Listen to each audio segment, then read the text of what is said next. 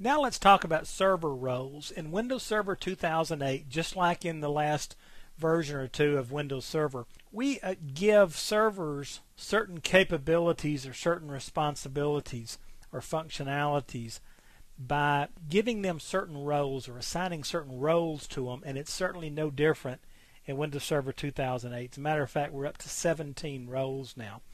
And what I want to show you here is these roles, and the best way to see them is let's just open Windows Server 2008 and click on Start and go to Administrative Tools and open Server Manager.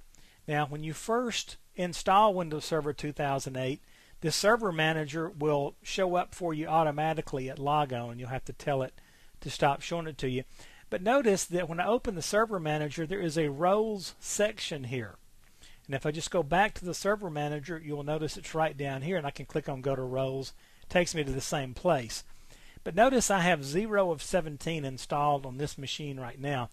But if I click Add Roles, it opens the Add Roles wizard, and I want to step into this thing, and let's just talk about these roles just a minute. Notice these are the 17 roles that we can apply.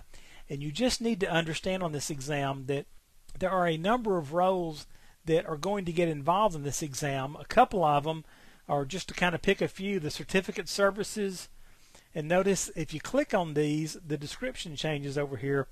And so certificate services, it explains to us that this is used to create certification authorities and related role services that let you issue and manage certificates. This is for secure socket layer encryption and stuff. Domain services, which is what we will play with a little bit later on in the course in a different video. This is Active Directory as far as we're concerned. These are the domain services. Federation services, this is used to give you simple secured identity federation and web single sign-on capabilities. We'll talk about that a little bit. Lightweight directory services, directory rights management, application servers, so if we want to host applications and so forth here. DHCP DNS server, which you will deal with a lot in this course. We will probably want our Active Directory domain controller to function as a DNS server.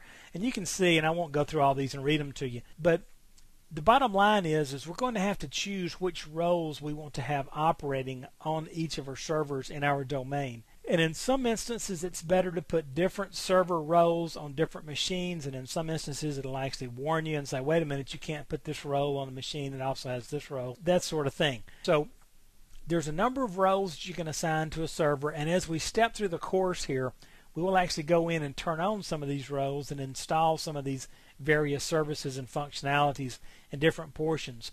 You just need to play with this a little bit, get your hands on, go through setting up some of these roles, understand these roles before you go set this exam. You don't have to go in depth with all of them.